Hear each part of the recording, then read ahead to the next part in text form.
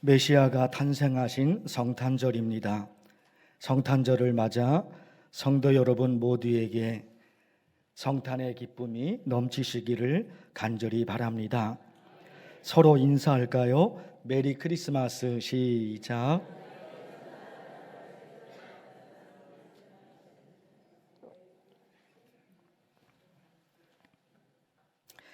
오늘 말씀은 구체적인 내용보다는 1절에서 7절까지 그리고 8절에서 14절까지 내용을 짤막하게 말씀드리고 거기서 하나님의 메시지를 찾으려고 합니다.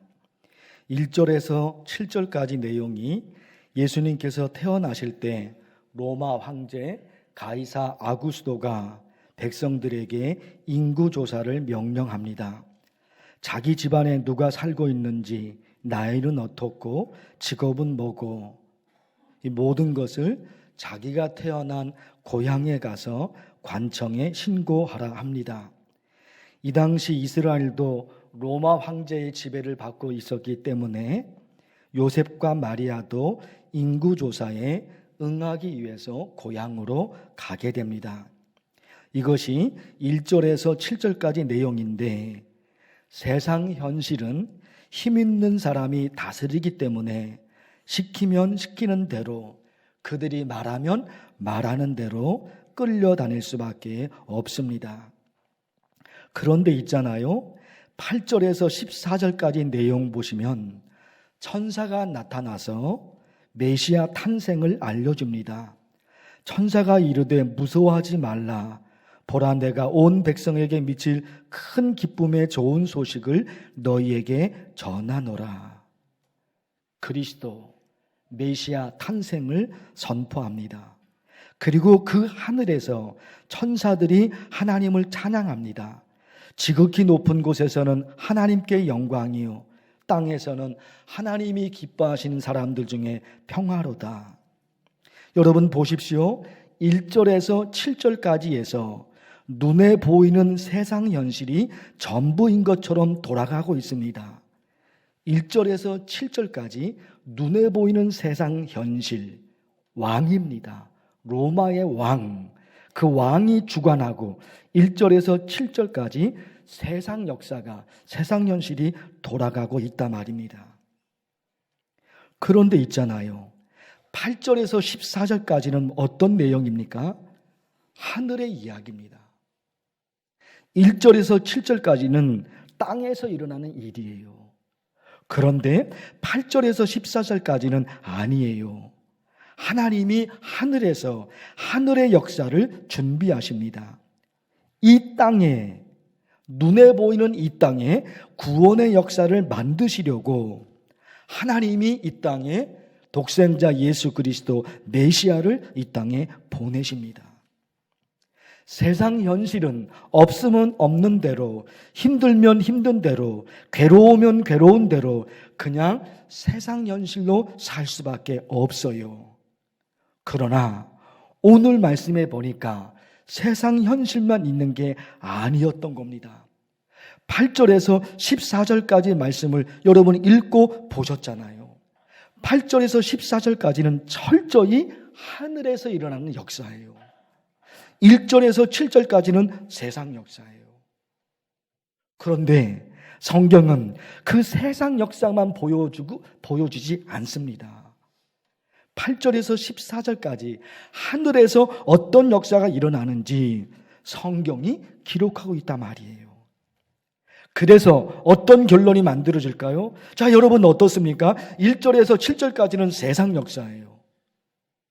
그러나 8절에서 14절까지는 하늘의 역사예요. 그래서 어떤 결론이 만들어져요? 성도는 세상 현실로만 사는 게 아니라 우리를 도와주시는 하늘의 역사가 있음을 믿고 하늘 역사로 살아야 되는구나. 오늘 메시지, 오늘 성탄절을 맞이한 오늘의 메시지예요. 1절과 7절을 해석하고 8절에서 14절까지를 해석했잖아요. 단순한 겁니다. 하나는 땅의 이야기고 8절에서 14절까지는 하늘 이야기예요. 그렇죠. 이 땅에 수많은 사람들이 살아가고 있습니다. 그런데 수많은 사람들 중에 땅의 이야기밖에 모르는 사람들이 있는 거예요. 땅의 이야기로만 살아가는 거예요. 그러니 얼마나 힘듭니까? 얼마나 비참합니까? 그러나 오늘 말씀을 통해 8절에서 14절까지 이 말씀을 통해 땅의 역사만 있는 것이 아니라, 땅의 이야기만 있는 것이 아니라 하늘 이야기가 있다, 이걸 가르쳐 주신단 말입니다. 구체적으로 우리 신앙에 적용하고 싶어요. 구르터기 교회 안용섭 목사님 말씀을 드렸죠. 요한계시록 주석책을 쓰셨는데 책 제목이, 이 제목이 중요한 거예요. 책 제목이 두 이야기가 만나다 합니다. 두 이야기가 만나다. 세 가지 의미로 설명을 했는데 그 중에 하나가 뭐냐? 요한계시록 이야기와 나의 이야기예요. 두 이야기가 만나라. 그 의미를 세 가지로 설명하거든요. 나머지 다 필요 없고 지금 하나를 보고 싶은 거예요. 그 한 가지가 요한계시록 이야기와 나의 이야기. 여러분, 그분이 왜 이렇게 정했을까요? 그 목사님이 왜 이렇게 정했을까요? 요한계시록 이야기와 나의 이야기. 왜 그랬을까요? 성경에 기록된 하나님의 말씀을 내 삶의 이야기로 만들어 가야 된다는 거예요. 참 깊은 영감 속에 만들어내신 것 같아요. 요한계시록 이야기와 나의 이야기입니다. 요한계시록은 성경 전체를 상징한단 말입니다. 성경 전체를 상징합니다. 그 성경에 기록된 하나님의 말씀을 내 삶의 이야기로 만들어가는 거예요. 마가라는 사람이 마가복음을 기록했는데 마가는 예수님의 제자가 아닙니다. 그리고 예수님께서 하나님의 말씀을 전하실 때, 또 예수님께서 기적을 일으키실 때 마가는 그 현장에 없었습니다. 그러니까 마가는 예수님에 대해서 직접적으로 아는 게 없어요. 예수님 말씀 전하실 때, 예수님이 기적을 일으키실 때 마가는 그 현장에 없었어요. 직접 보거나 직접 듣거나 그게 없어요, 마가는. 그런데 베드로가 마가와 함께 수년 동안 같이 지내면서 베드로가 예수님에게서 들은 그 말씀을 베드로가 마가에게 얘기를 해줍니다. 그리고 안디옥 교회 지도자였던 바나바, 그 바나바의 조카입니다, 마가가.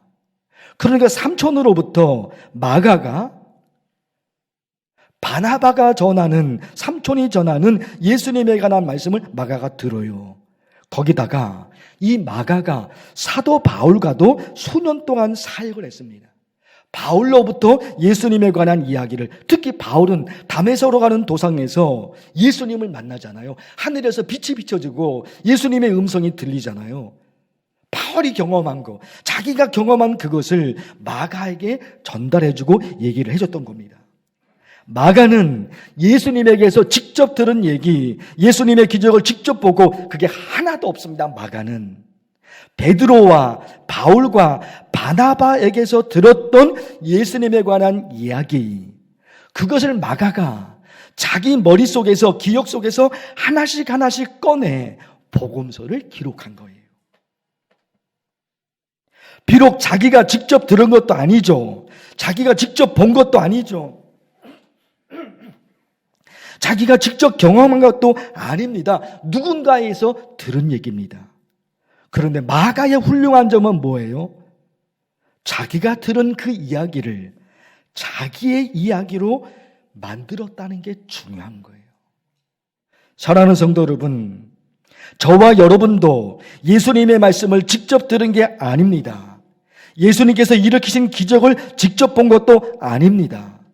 예수님이 십자가에서 죽으실 때 그 십자가에 매달린 예수님을 우리가 본 것은 아닙니다. 그분이 죽음을 이기시고 3일 만에 부활하셨는데, 다시 살아나셨는데, 다시 살아나신 예수 그리스도, 부활하신 예수님을 우리가 우리 눈으로 직접 본 것도 아닙니다. 단지 성경을 통해서 예수님의 말씀을 듣고 성경을 통해서 예수님께서 일으키신 기적을 우리가 보고 있는 겁니다. 다만 마가가 누군가로부터 들은 이야기를 자기 신앙의 이야기로 만든 것처럼 저와 여러분이 성경 말씀을 읽고 그리고 설교를 듣고 그걸 통해 알았던 하나님에 관한 이야기, 예수님에 관한 이야기를 나의 이야기로 바꿔놓아야 된다는 거예요. 만들어 가야 된다는 거예요. 그것이 어떻게 가능할까요? 간단합니다. 성경에 기록된 하나님의 말씀을 내 삶의 이야기로 가져와서 그 말씀으로 기도하는 거예요. 창세기 12장에서 25장까지 아브라함에 관한 말씀입니다. 아브라함에 관한 말씀 중에 하나님께서 아브라함과 아들 이삭을 위해 양 한 마리를 준비하셨습니다. 창세기를 읽다가 이 말씀을 알게 됐어요. 우리 어떻게 기도합니까? 아브라함을 위해서 그리고 그 아들 이삭을 위해서 양 한 마리를 준비하신 하나님, 하나님이 나를 위해서도 무엇인가를 준비하고 계심을 나는 믿습니다. 성경의 이야기를, 그 성경의 이야기를 나의 이야기로 만들어가는 거예요. 그 말씀으로 기도가 이어집니다. 이삭에 관한 말씀 중에 이삭이 그 땅에서 농사하여 그 해에 100배나 얻었고, 이 말씀 있잖아요. 이삭에게 내리셨던 그 축복을 제게도 주옵소서. 이삭에 관한 이야기, 성경 이야기예요. 그 이야기를 나의 이야기로 만들어가는 거예요. 야곱은 험악한 세월을 살았습니다. 야곱이 험악한 세월을 살았습니다. 그러나 창세기 48장에 야곱의 고백이 있어요. 나를 모든 환난에서 건지신 여호와. 험악한 세월을 보냈다고 자기 스스로 자기 입으로 말해요, 야곱이. 그러나 나를 모든 환난에서 건지신 여호와, 이런 고백도 한단 말입니다. 우리도 험악한 세월을 보낸 적이 있었죠. 그리고 지금도 험악한 세월을 보내는 성도들도 계시겠지요. 그러나 이 야곱에 관한 말씀을 보면서 나의 이야기로, 이 성경 이야기를 나의 이야기로 만들어가는 거예요. 그 험악한 세월 속에서도 모든 환난 가운데 그 야곱을 건지신 하나님이 나를 건지실 줄로 나는 믿습니다. 쉬워요, 쉬워요. 성경 이야기를 나의 이야기로 만드는 것이 어렵지 않아요? 쉬워요. 요셉은 어떻습니까? 어려운 환경 속에서도 하나님의 은혜로 그 마지막 순간에 애굽의 총리가 되었어요. 가나안 땅과 애굽과 중동 지역 전체가 기근으로 먹을 것을 구할 수 없었을 때 야곱의 가족들은 요셉 때문에 풍요롭게 삽니다. 환경이 문제가 아니에요. 환경이 문제가 아니에요. 하나님이 붙드시니까 요셉의 고난 만만치 않아요. 그러나 마지막은 뭐예요? 마지막은 애굽의 총리예요. 그 요셉 때문에 70명의 가족들이 살아요. 이 성경의 이야기들인 거예요. 이 성경의 이야기들을, 그 말씀을 가지고 와서 나의 이야기로 만들어가는 거예요. 그 말씀으로 기도함으로. 사랑하는 성도 여러분, 이것만 기억하시면 됩니다. 1절에서 7절까지가 세상 이야기예요. 땅의 이야기예요. 그러나 그것만 있지 않아요. 그것만 있지는 않아요. 14절, 8절에서 14절까지 여기에 하늘 이야기가 있습니다. 이 축복이 성탄절 여러분 모두에게 임하기를 간절히 축원합니다. 하나님 아버지, 성탄절 하나님의 말씀을 들었습니다. 그렇습니다. 내게는 땅의 이야기만 있는 것이 아니라 나를 도우시는 하늘 이야기가 내게도, 우리 성도들에게도 있습니다. 그 하늘의 역사가 성탄절 이날 우리 모두에게 임하게 하여 주시옵소서. 연합찬양대가 믿음으로, 기도로, 열정으로 성탄 축가 찬양을 하나님께 올려드리고자 합니다. 하나님께서 영광을 받아 주시옵고 그 찬양을 부르는 찬양대원들, 그 찬양을 듣는 모든 성도들에게 성령의 역사와 하나님의 영광이 임하는 귀한 시간 되게 하옵소서. 예수님의 이름으로 기도하옵나이다. 아멘.